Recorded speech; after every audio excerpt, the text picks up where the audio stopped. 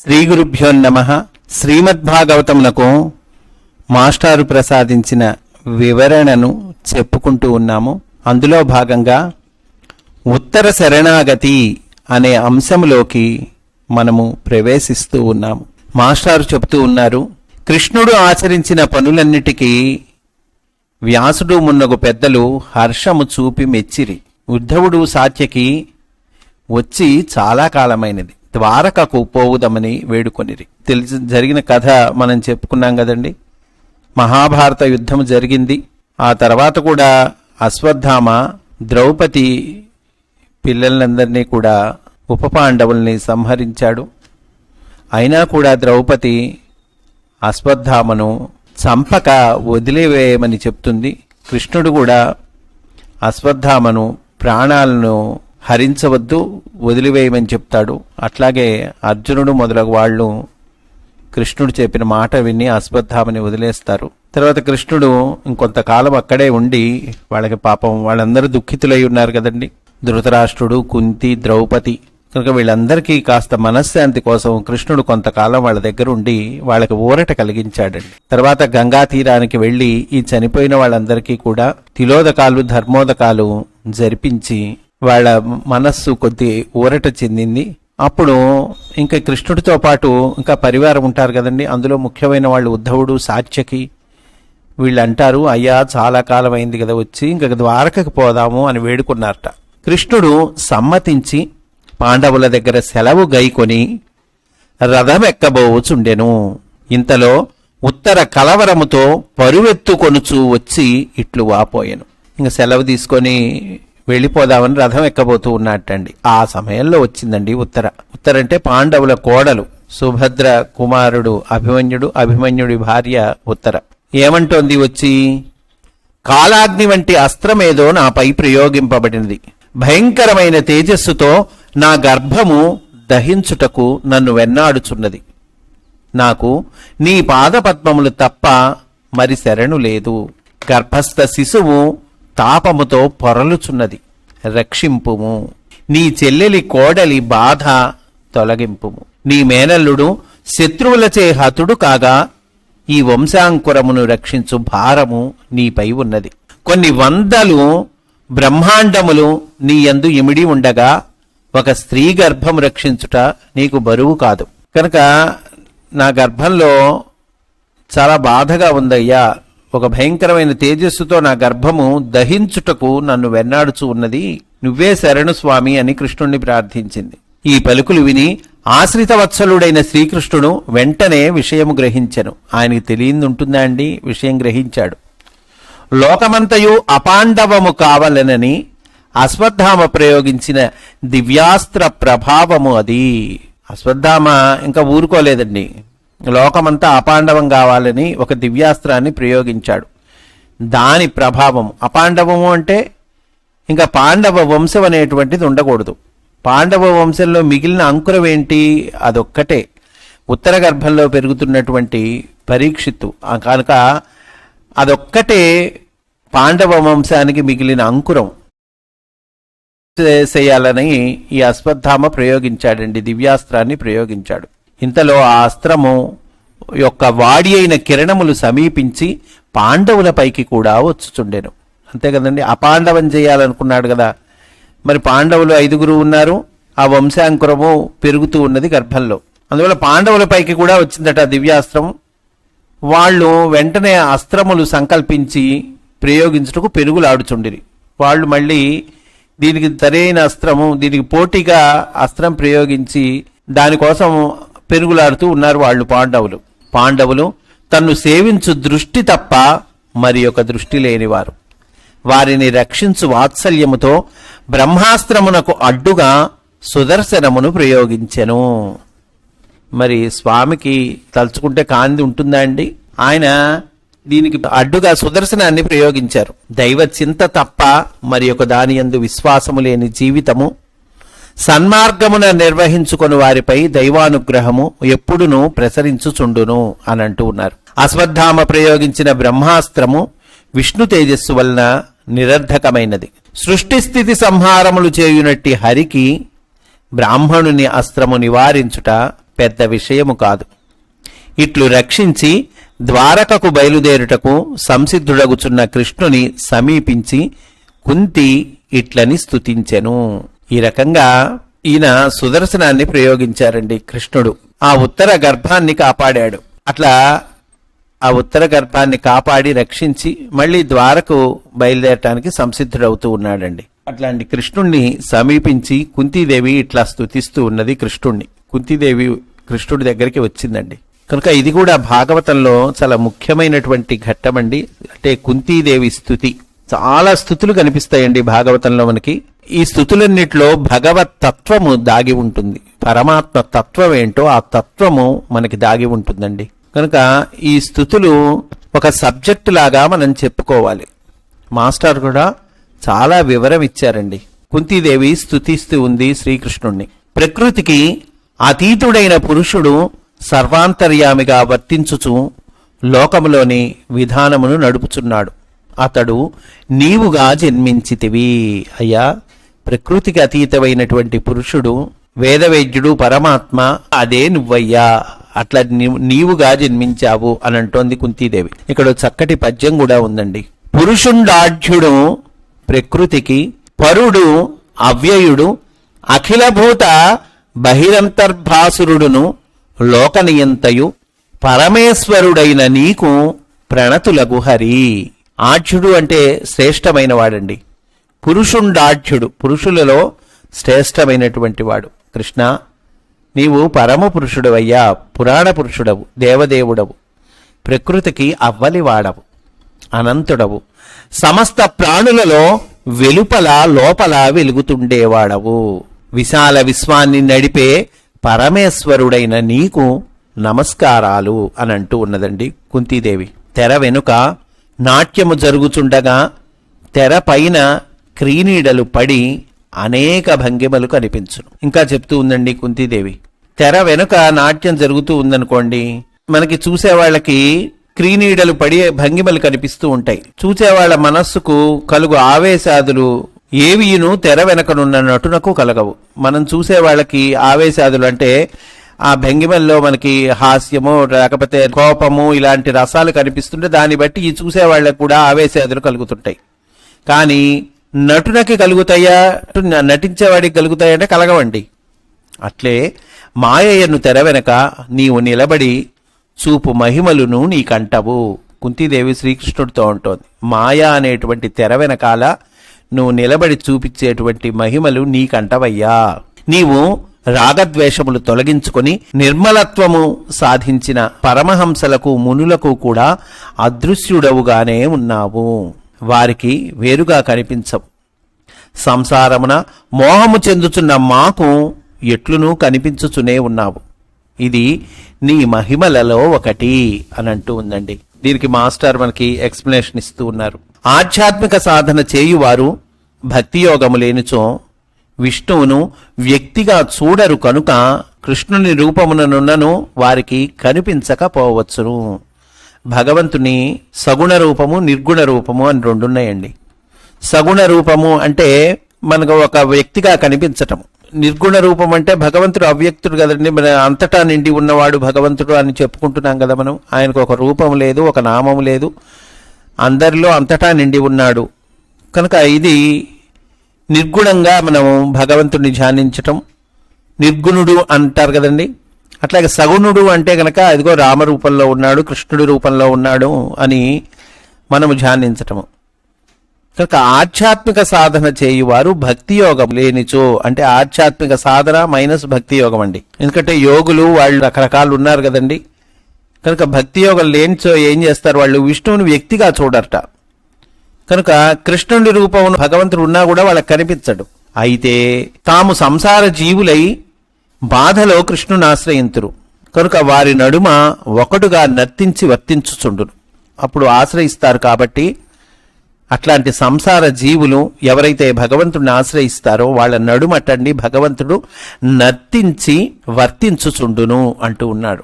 దేవుడు నీ రూపమున మాకు సహాయపడెను అని సంసార జీవులు చెప్పుకొను సామాన్య వాక్కులలో ఉన్న సత్యము భక్తియోగము లేని కేవల యోగ సాధకులకు అందదు. కనుక సంసార జీవులు భగవంతుణ్ణి చెప్పుకుంటూ ఉంటారు, అయ్యా నీ వల్ల మాకు ఇది జరిగిందయ్యా, నీ అనుగ్రహం అయ్యా, నీ రూపంలో మాకు సహాయపడ్డావయ్యా భగవంతుడా దేవుడా అని అంటూ ఉంటారు కదండి. కనుక అట్లాంటి సామాన్య వాక్యులతోనున్న సత్యము భక్తి యోగము లేని కేవల యోగ సాధకులు అందదు. అంటే యోగ సాధన మైనస్ భక్తి, యోగ సాధకులకు భక్తి యోగం అనేటువంటిది లేకపోతే గనక వాళ్ళకి అందం అనేటువంటిది అందదు అంటున్నారు. కేవల సాధనం ఒక్కటే చాలదనియు దేహధారి అయిన భగవంతుని దర్శించుచు సంసారమునందలి కర్తవ్యములను సుఖదుఖములను దాటవలననియు భక్తి యోగ సారాంశము. కేవలము యమము నియమము ఆసనము ప్రాణాయామము ఇవేవో సాధన చేస్తాము, మంచిదే, కానీ అదొక్కటే చాలదు. కానీ దేహధారి అయిన భగవంతుని దర్శించుచు సంసారమందలి కర్తవ్యములను సుఖదుఖములను దాటవలను. మనం సంసారంలో ఉన్నాం, భవసాగరంలో ఉన్నాం, మనకి కర్తవ్యాలుంటాయి, సుఖాలుంటాయి, దుఃఖాలుంటాయి. వీటిలన్నింటినీ దాటాలంటే దేహధారి అయిన భగవంతుడు అనంటూ ఉన్నారండి. అంటే సగుణ రూపము దేహధారి అయిన భగవంతుణ్ణి దర్శిస్తూ వీటిల్ని దాటాలి మనము. అది ఏ భక్తి యోగ సారాంశము అంటున్నారు. నాయందు చిత్తముంచి సమస్త దుర్గమ పరిస్థితులను దాటగలవు అని అన్నారు కదండి కృష్ణుడు భగవద్గీతలో. ఏమన్నాడు? నాయందు చిత్తముంచి సమస్త దుర్గమ పరిస్థితులను దాటగలవు నీవు అని అన్నాడు. అంటే దీని అర్థం అదండి. కనుక నేను నీకు భక్తి యోగముననే నమస్కరించేదను అనంటూ ఉన్నది కుంతీదేవి.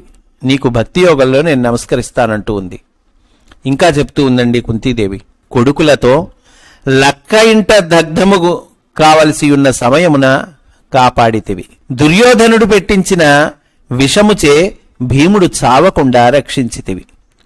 దుశ్శాసనుడు వస్త్రములొలిచినప్పుడు కోడలికి మానభంగము కలగకుండా చూచుకొంటివి. భీష్మద్రోణాదులతో జరిగిన యుద్ధమున నా బిడ్డలు చనిపోకుండా ప్రోచితివి. విరటుని పుత్రికయగు ఉత్తర గర్భమును రక్షించితివి. ఇంకను లెక్కింపరానన్ని విధముల మమ్మందరను భద్రపరిచితివి. నేను నిన్ను ఏమని స్తుతింపగలను కృష్ణా అంటూ ఉందండి కుంతీదేవి. ఇక్కడ మాస్టారు మనకి చెప్తూ ఉన్నారు, నా బిడ్డలు నా కోడలు అను మమకారముల నడుమ కూడా ప్రత్యక్ష దైవమును భక్తి యోగమున సాధించువారు తరించగలరు. ఇక్కడ కుంతీదేవి ఏమంటుందండి, నా బిడ్డలు నా కొడుకు నా కోడలు వాళ్ళని కాపాడావయ్యా అంటూ ఉంది. అంటే కుంతీదేవికి మమకారాలు ఉన్నట్టేనా? ఉన్నట్టేనండి, మమకారం ఉంది. మా అబ్బాయి మా అమ్మాయి మా అమ్మ మా నాన్న ఏవో రకరకాల కష్టాలు మమకారాలు ఉన్నాయి కదండి.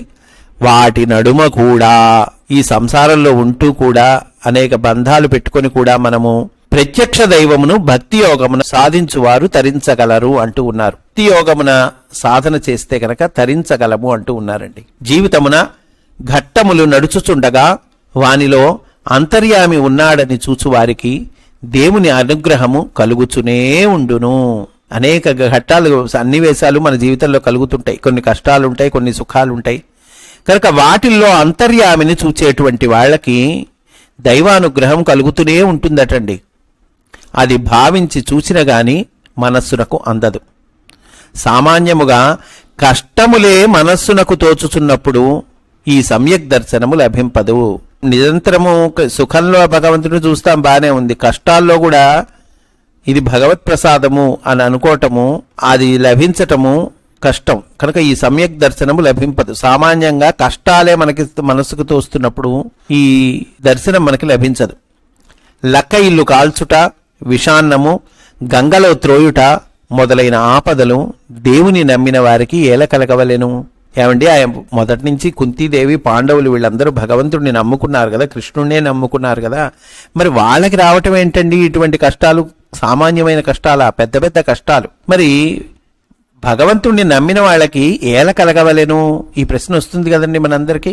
అందువల్ల మాస్టారే ఈ ప్రశ్న వేసి మాస్టారే సమాధానం చెప్తూ ఉన్నారు. నమ్మని వారికి ఇంతటి ఘోర ఆపదలు కలుగుటలేదు కదా. నమ్మకుండా ఉండే జీవితాలు వాళ్ళకు, భగవంతుడిని నమ్మకుండా వాళ్ళ జీవితాలు వాళ్ళు గడుపుతున్న వాళ్ళకి ఇంత ఘోర ఆపదలు కలగట్ల అని సామాన్య దృష్టికి అనిపించును. మామూలు దృష్టికి అనిపిస్తుందయ్యి అంటున్నారు మాస్టారే. అరణ్యవాసము అజ్ఞాతవాసము మున్నగునవి సామాన్యముగా ఏ రాజులకును కలగవు. అంటే అంతే కదండి, ఎవరైనా రాజులకి ఇట్లాంటివి మామూలుగా కలుగుతాయండి, అరణ్యవాసం అజ్ఞాతవాసము. కనుక మామూలు రాజులకు కూడా కలగవవి. దేవుని నమ్మిన వారికి ఇట్టివి కలుగనేలా అని అనిపించును. ఇట్టి భ్రాంత దృష్టి నుండి తొలగించి దేవుడిచ్చిన వానిని మహాప్రసాదమని గ్రహింపగల వివేకము భక్తి యోగము కలిగించును. కనుక భక్తి యోగం మనకి ఈ వివేకాన్ని కలిగిస్తుందటండి. ఏ వివేకాన్ని కలిగిస్తుంది?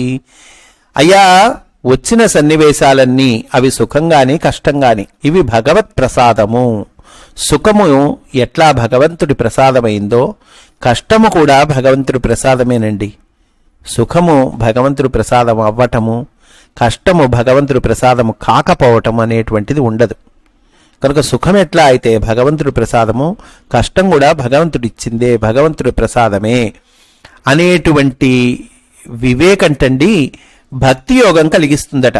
కనుక ఏమయ్యా, దేవుణ్ణి నమ్ముకున్న వాళ్ళకి ఇన్ని కష్టాలేంటి, దేవుణ్ణి నమ్మకుండా తిరిగే వాళ్ళకు కూడా లేవు కదా, మరి భగవంతుడినే వాళ్ళు పాండవుల కుటుంబము, కుంతి దగ్గర నుంచి, పాండవుల దగ్గర నుంచి, ఉత్తర దగ్గర నుంచి, చివరికి గర్భస్థ శిశువు పరీక్షిత్తు దగ్గర నుంచి అందరూ నిరంతరము కృష్ణ ధ్యానంలో ఉండేటువంటి వాళ్ళు, కృష్ణుడిని నమ్ముకున్న వాళ్ళు, కృష్ణుడికి శరణాగతి చెందిన వాళ్ళు. మరి వాళ్ళకేంటండి కష్టాలు అంటే, ఇట్టి భ్రాంత దృష్టి నుండి తొలగించి దేవుడిచ్చిన వానిని మహాప్రసాదమని గ్రహింపగల వివేకము భక్తి యోగము కలిగించును అంటూ ఉన్నారు. కనుక అటువంటి వివేకాన్ని ఇక్కడ కుంతీదేవి చూపిస్తూ ఉందండి. కుంతీదేవి ఏమంటోంది? అయ్యా, ఇన్ని కష్టాలు వచ్చినాయి మా జీవితంలో. ఏమేంటి ఆ కష్టాలు? అరణ్యవాసం వచ్చింది, అజ్ఞాతవాసం వచ్చింది, లక్క ఇల్లు కాల్చడం వచ్చింది, విషాన్నం పెట్టారు, గంగలో దోశారు. ఇన్ని కష్టాలు వచ్చినాయే. కుంతీదేవి ఏమడగాలి? అయ్యా, నిన్ను నమ్ముకున్నాం కదా మేము, నిన్ను నమ్ముకున్నా కూడా ఇన్ని కష్టాలు వచ్చినాయి ఏంటి స్వామి అని అడగాలి. నాలాంటి వాడైతే అట్లా అడుగుతాడు, స్వామి నిన్ను నమ్ముకొని కూడా ఇన్ని కష్టాలు ఏంటని. కానీ కుంతీదేవి అట్లా అడగలేదండి. ఇన్ని కష్టాలు వచ్చినా మేము చక్కగా బ్రతికి బట్టకట్టావంటే స్వామి నీ దయ వలన కదా, నువ్వు కాపాడబట్టి కదా, నువ్వే ఇన్ని కష్టాల్లో మమ్మల్ని రక్షించావయ్యా అని అంటూ ఉంది. మరి ఈ వివేకము కుంతీదేవికి ఎట్లా వచ్చిందంటే, అదిగో భక్తి యోగము ఈ వివేకాన్ని కుంతీదేవికి ఇచ్చినది అని అంటూ ఉన్నారండి మాస్టర్. దుష్టుడగు కంసుని చేతిలో బాధపడుచున్న నీ తల్లిదండ్రులను చెర విడిపించితివి, అట్లే కౌరవుల చేత నేను పడిన బాధల నుండి నన్ను రక్షించితివి. నీ గుణములను స్తుతించి చెప్పుటకు నేనెంత దానను. కుంతీదేవి అంటూ ఉందండి. ఇక్కడ తల్లి మొదలగు సంబంధములు జీవునికే గాని దేవునికి లేవు. నీ యందు భక్తి గల వారిని ఎవరినైనా ఒకే విధముగా రక్షింతువని అర్థము. ఎందుకు కుంతీదేవి ఏమంటోంది? అయ్యా, నీ తల్లిదండ్రుల్ని రక్షించావు, అట్లే నన్ను కూడా రక్షించావు. అంటే ఏంటి? నీకు తల్లి మొదలగు సంబంధాలు జీవుడికి ఉంటాయి, భగవంతుడికి ఉంటాయా? ఉండవుగా. అందువల్ల నీ అందు భక్తి కలిగిన వాళ్ళందరినీ ఒకే విధంగా రక్షిస్తావయ్యా నువ్వు అని అంటోంది. రక్షణాది లక్షణములు దేవుని గుణములు. గుణములకు అతీతుటకు పరమాత్మకై వెతుకులాడుట కన్నా రక్షణ పోషణాది శుభగుణములను సంకీర్తనము చేసుకునుట దైవ సాన్నిధ్యమునకు దగ్గర మార్గము. అందువల్ల నిర్గుణుడు సగుణుడు అని రెండు ఉన్నాయండి మనకి. కనుక భగవంతుడు అంతటా ఉన్నాడు, సర్వాంతర్యామి, ఆయన గుణాతీతుడు, ఒక రూపం అంటూ లేదు అని అనుకుంటాం కదండి మనం. అది అందువల్ల ఇక్కడ ఏమంటున్నారంటే మాస్టారు, గుణాలకు అతీతుడకు పరమాత్మకై వెతుకులాడుట కన్నా రక్షణ పోషణాది శుభగుణములను సంకీర్తనము చేసుకునుట దైవ సాన్నిధ్యమునకు దగ్గర మార్గము.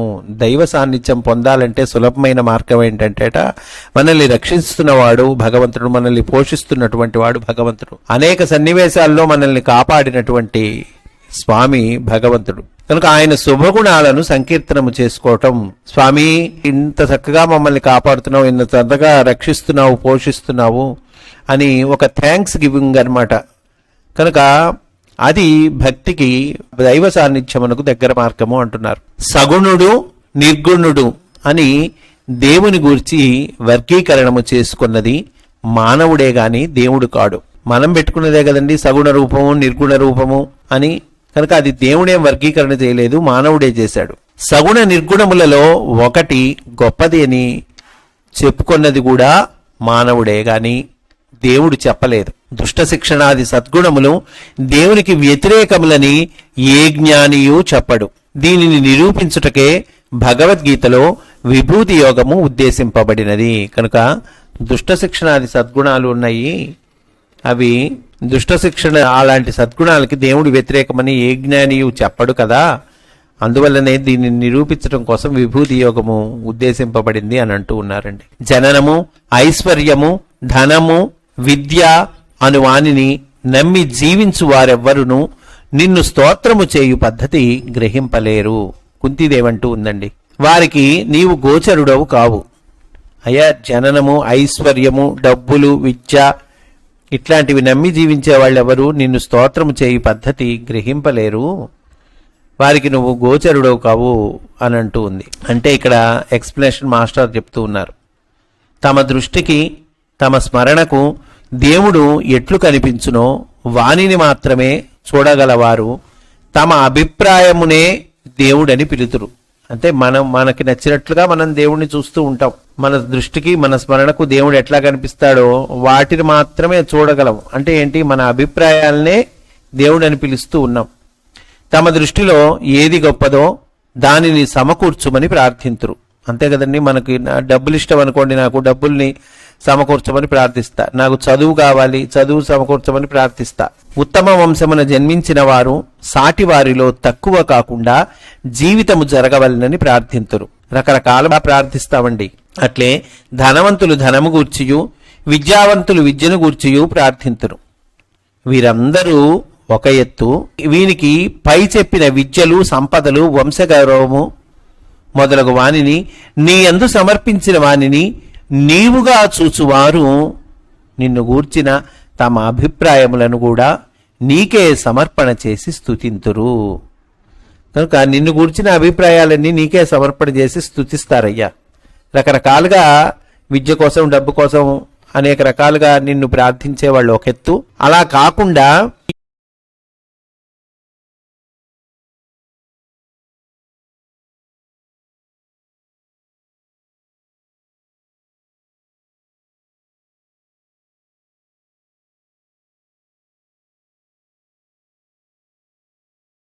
భక్తి యోగం అట్లా అలవడుతుంది, అట్లా అబ్బుతుందటండి. దేవుని గురించి అనేక సిద్ధాంత వ్యాసాంగములు చేసిన పండితులు తమ సిద్ధాంతములలో దేవుని నిర్వచింప చూపుతురు. వారికి దేవుని కన్నా తమ సిద్ధాంతములు గొప్పవి. వానిని సమర్పణ చేసిన గాని నీవు గోచరుడు కావని కుంతి అభిప్రాయము. రకరకాల పండితులు ఏవో చెప్తారు కదండి, దేవుడు అంటే ఇది సిద్ధాంతము, వ్యాసంగము రకరకాలు చెప్తారు. నిర్వచింప చూస్తారు, వాళ్ళు డెఫినేషన్ ఇవ్వడానికి ప్రయత్నం చేస్తారు. వాళ్ళకి దేవుడి కన్నా కూడా వాళ్ళ సిద్ధాంతాలు గొప్పవి. కానీ ఏ సిద్ధాంతము కూడా అనేక సిద్ధాంతాలు, ఆ సిద్ధాంతాలన్నింటినీ కూడా నీకే సమర్పణ చేసి అప్పుడు నమస్కారం చేస్తే గాని నువ్వు గోచరుడు కావని కుంతి అభిప్రాయము అని అంటూ ఉన్నారండి. దేహదారులకు భగవంతుడే ధనము అంటూ ఉంది కుంతీదేవి. దేహదారులకు భగవంతుడే ధనము. కోరికలు తీర్చుకొనుటకు సంసార జీవులు ధనమును ఎట్లు ప్రసారము చేయుచు విస్తరింపజేసుకొందురో అట్లే భక్తులను శాశ్వత ఆనందమును అనుభవించుటకు భక్తిని ప్రసారము చేయుట వలన పెంచుకొందురు. అదండి, మనం కోరికలు తీర్చుకోవటానికి ధనాన్ని వెచ్చిస్తాం, అంతే కదండి. డబ్బులు పెట్టి ఒక 4 కంఫర్ట్స్ ఏర్పరచుకుంటాం, మంచి టేబుల్, మంచి కారు, మంచి ఇల్లు. కనుక కోరికలు తీర్చుకోవటం కోసం సంసార జీవులు ధనాన్ని ఖర్చు పెడుతూ ఉంటారు, ధనాన్ని ప్రసారం చేస్తూ ఉంటారు అన్నారు ఇక్కడ మాస్టర్. అట్లాగేట భక్తులు ఏం చేస్తారు, శాశ్వత ఆనందమును అనుభవించుటకు. ఎందుకు శాశ్వత ఆనందం అంటే ఇవన్నీ తాత్కాలిక ఆనందము. ఈ వస్తువులు, ధనము, ఇల్లు, హోదా, ఆస్తి, కీర్తి, డబ్బులు ఇవన్నీ తాత్కాలిక ఆనందం ఇచ్చేవి. మరి శాశ్వత ఆనందం పరమాత్మ భగవంతుడి దగ్గర ఉంటుంది. ఎందుకంటే ఆయన శాశ్వతుడు కాబట్టి. కనుక శాశ్వతుడు ఆయన ఒక్కడే, కనుక ఆయనే శాశ్వత ఆనందం ఇవ్వగలడు. కాబట్టి భక్తులు ఏం చేస్తారు, శాశ్వత ఆనందము అనుభవించటానికి భక్తిని ప్రసారం చేయటం వలన పెంచుకొందురు. ఈ మామూలు లౌకికమైనటువంటి కోరికలు తీర్చుకోవడానికి మనం ధనాన్ని ఎట్లా ప్రసారం చేస్తామో భక్తులు శాశ్వత ఆనందము అనుభవించడం కోసం భక్తిని ప్రసారం చేస్తూ ఉంటారు అంటూ ఉన్నారు. దేవునకు ధర్మార్థ కామముల వలన సాధింపదగిన విషయములు లేవు. నిష్కామముగా జీవించు వారికి మోక్షానందము కొరకే ధర్మము, అర్థము, కామము ఉద్దేశింపబడును. మనకి ధర్మార్థ కామ మోక్షములు చతుర్విధ పురుషార్థములండి, 4 రకాల పురుషార్థాలు. కనుక మోక్షానందము కొరకు నిష్కామముగా జీవించు వారికి మోక్షానందము కొరకే, ఏ కోరిక లేకుండా జీవించే వాళ్ళకి మోక్షానందం కొరకు ఈ ధర్మం గాని అర్థం గాని కామం గాని ఉద్దేశింపబడతాయి. అలా కాకుండా సంసారబద్ధుడికి ఏమైతుంది, ఈ మూడు ఒకదానిపైన ఒకటి ఆధారపడి ఉండును. ధర్మాచరణము చేయుట అర్థమును ఆర్జించుట కొరకే. ధర్మం ఎందుకు చేస్తున్నాడు? డబ్బులు సంపాదించడం కోసం. అర్థం ఆర్జించుట, డబ్బులు సంపాదించడం దేనికి? కామము కొరకే. కామం అంటే కోరికలండి. ఇక్కడ రకరకాల కోరికలు ఉంటాయి కదా, కోరికల్ని తీర్చుకోవటం కోసం, అనగా కావలసినవి సమకూర్చుకొనుట కనుకే. కనుక సంసార బద్ధుడికి ఏమైతుందండి, ధర్మం చేయటం ఎందుకంటే అర్థం కోసం, అర్థం చేయటం ఎందుకంటే కామం కోసం, అనగా కావలసినవి సమకూర్చుకోవటం కోసం. భక్తి యోగము సేవించువానికి ఈ సంబంధము మారిపోవును. సంసార బద్ధుడికి ఇట్లా ఉంటుందండి. ధర్మమేమో అర్థం కోసం, అర్థమేమో కామం కోసం. కానీ భక్తి యోగం సేవించే వాళ్ళకటండి ఈ రిలేషన్ మారిపోతుందట. కామములైన ఆహారాదులు దేహ పోషణ కొరకును. ఆహారాదులు స్వీకరిస్తాం మనం. కామము కోరికలు అంటారు కదండి, ఆహారము, ఇల్లు, బట్టలు, రకరకాల కోరికలు. అవన్నీ దేనికోసం? దేహ పోషణ కోసం, ఈ శరీరాన్ని నిలబెట్టుకోవటం కోసం. దేహ పోషణ దేనికోసము? ధర్మాచరణ కోసము. శరీరమాద్యం ఖలు ధర్మ సాధనం అన్నారు కదండి. అందువల్ల దేహ పోషణ దేనికోసం? ధర్మాచరణ కోసం. మరి ధర్మం దేనికోసం అయ్యా? ధర్మము విశ్వశ్రేయము కొరకు అని అంటూ ఉన్నారు. అంటే సంసార భక్తులకి రిలేషన్ ఎలా ఉంటుంది, అలా కాకుండా భక్తి యోగం సేవించేటువంటి వాళ్ళకి ఈ రిలేషన్ ఎలా ఉంటుంది మనకి విడివిడిగా ఇచ్చారండి. భక్తి యోగం సేవించే వాళ్ళకి కామములైన ఆహారాదులు దేహ పోషణ కొరకును, దేహ పోషణ ధర్మాచరణము కొరకును, ధర్మము విశ్వశ్రేయము కొరకును నిర్వహింపబడును. కనుక ధర్మార్థ కామములకు వేరుగా లక్ష్యములుండవు. కనుక ధర్మార్థ కామాలకి వేరేగా లక్ష్యాలు ఉండవు. వాళ్ళకి విశ్వశ్రేయము కొరకే అనేటువంటిది మనకి ఇక్కడ తెలియచేస్తూ ఉన్నారండి. దేవుడు ఆత్మారాముడు, అనగా తనయందు తాను ఆనందముగా ఉండువాడు. ఆనందమునకు కార్యకారణములు గాని సాధనములు గాని లేవు. ఆయనకి బలానాది లభిస్తే ఆనందంగా ఉంటాడనేటువంటిది లేదండి భగవంతుడికి. ఆయన ఆత్మారాముడు, తనయందు తాను ఆనందముగా ఉంటువాడు. కార్యకారణాలేం ఉండవు ఆయనకి ఆనందానికి. ఇతర సాధనములచే అది కొనబడదు. దానిని ఆశ్రయించుట మిగిలిన వాలిని శోభిల్లజేయును గాని దేని వలనను అది లభింపదు. నిష్కారణముగా ఆనందము అనుభవించుట ఎరిగిన వాడే ఆనందము పొందుటకు అర్హుడు. నిష్కారణంగా ఆనందాన్ని అనుభవించాలండి. ఏమి కారణం? బలానాది లభిస్తే నాకు ఆనందం అనేది ఉండదు. ఎందుకు? బలానాది లభించింది. ఉదాహరణకి, అయ్యా నాకు ఇల్లుంటే ఆనందంగా ఉంటుందని వాడు పాపం ఇంటి కోసం ప్రయత్నం చేసి ఇల్లు కట్టుకున్నాడు. ఈ ప్రయత్నం చేస్తున్న ఇల్లుంటే ఆనందం ఉంటుంది అన్నాడు కదండి వాడు. అంటే ఇల్లు వచ్చేదాకా వాడికి ఆనందం లేనట్టేగా. సరే, దానికోసం కష్టపడ్డాడు, ఆ ఇల్లు కట్టుకున్నాడు. ఇల్లు కట్టుకుంటూ ఆగిపోతాడా? ఇంకేమంటాడు? పైన స్టేర్ వేయాలంటాడు, ఇంకో ఇల్లు కట్టుకోవాలంటాడు. మళ్ళీ దానికోసం ప్రయత్నిస్తూ ఉంటాడు. ఫలానాది లభిస్తే ఆనందము, అది లభించాక మళ్ళీ ఇంకోటి, మళ్ళీ ఇంకోటి, మళ్ళీ ఇంకోటి. కనుక నిష్కారణముగా ఆనందమును అనుభవించుటకు ఎరిగిన వాడే ఆనందము పొందుటకు అర్హుడు అంటూ ఉన్నారు. అంటే ఏది లభించినా లభించకపోయినా ఆనందమును అనుభవించటం తెలియాలి మనకి. అది ఎరిగిన వాడే ఆనందము పొందుటకు అర్హుడు. ఆనందం ఎట్లా వస్తుందంటే ఆనందము దైవస్వరూపము. కనుక దేవుడు రాగము మున్నగు సంగములు లేనివాడు. వాతావరణము పరిసరముల ప్రభావము చూపుట సంగము. వాతావరణం కూడా తానే కనుక తనను తానంటుకొనుట ఉండదు. భగవంతునకు సృష్టి అంతయు దేహము, దాని యందు తనకు సంగము ఉండుట పొసగదు. కనుక కుంతీదేవి ఏమంటోంది? దేవుడు రాగము ఉన్నగు సంగములు లేనివాడు అంటోంది. ఎందుకుంటాయండి ఆయనకి రాగము సంగము? దేనికుంటాయి? మొత్తం ఆయనే అయినప్పుడు, సృష్టి అంతా భగవంతుడి దేహం అయినప్పుడు దాని యందు అతనికి సంగము ఉండుట పొసగదు. మొత్తం ఆయన దేహమే. నా దేహంలో ఇప్పుడు నాకు కాలంటే ఇష్టము, చెయ్యి అంటే ఇష్టం ఉండదు, అట్లా ఉండదు కదండి. నాకు కాలు కావాలి, చెయ్యి కావాలి. నా దేహంలో నాకు ఎక్కడ దెబ్బ తగిలినా నేను అనేవాడిని విలవిల్లాడతాను. కనుక భగవంతునికి సృష్టి అంతా దేహము. మరి ఇంకా ఆయనకి సంఘం ఏముంటుంది? ఒకదాంతో రాగము, ఒకదాంతో ద్వేషము, ఒకదాంతో ఆయన సంగమించటము, ఒకదానిలో సంగమించకుండా ఉండటం అనేటువంటిది ఉండదు అంటూ ఉన్నారు. దేవుడు రాగము మున్నగు సంగములు లేనివాడు అంటే అర్థం అదండి. వాతావరణము, పరిసరముల ప్రభావము చూపుట సంగము. దేవుడు కైవల్యమును ప్రసాదించుటకు సమర్థుడు. కైవల్యమనగా కేవలము తానే అనుభావము. అదిగోండి చూడండి, మనకి డెఫినేషన్స్ మాస్టర్ ఎంత సింపుల్గా ఇస్తూ ఉన్నారో. కైవల్యము మనకి మొట్టమొదటి భాగవతంలో మొట్టమొదటి పద్యమే శ్రీ కైవల్యంబు చేరుటకునై అని వస్తుంది కదండి. కనుక కైవల్యం అంటే ఏంటి? కైవల్యం అంటే కేవలము తానే అనుభావము, అంతర్యామిత్వము తనయందును దేశకాలాదుల యందును సిద్ధించుట. కేవలము తానే అంటే ఉన్నదంతా భగవంతుడే కదండి. కనుక తానే అంటే భగవంతుడే, అది మనం తెలుసుకోవటము, అది కైవల్య స్థితి. కనుక అంతర్యామిత్వము తనయందును దేశకాలాదుల యందును సిద్ధించుట, అది కైవల్యమండి.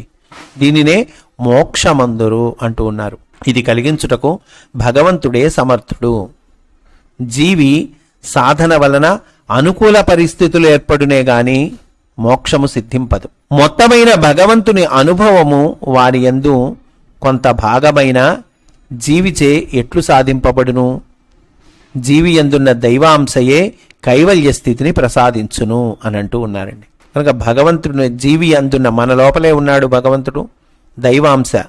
కనుక అందువల్ల ఆ జీవి అందున్న దైవాంశయే కైవల్య స్థితిని ప్రసాదిస్తాడు అంటూ ఉన్నారండి. మొత్తమైన భగవంతుని అనుభవము వాని యందు కొంత భాగమైన జీవిచే ఎట్లు సాధింపబడును. కనుక ఇక్కడితో ఈరోజు అంశము మనము పూర్తి చేసుకుందామండి. రేపు కూడా మనము కుంతీదేవి భక్తి యోగము అనేటువంటి అంశంలో విశేషాలనే చెప్పుకుందాము అని సవినయంగా మనవి చేసుకుంటూ స్వస్తి. వాసుదేవ.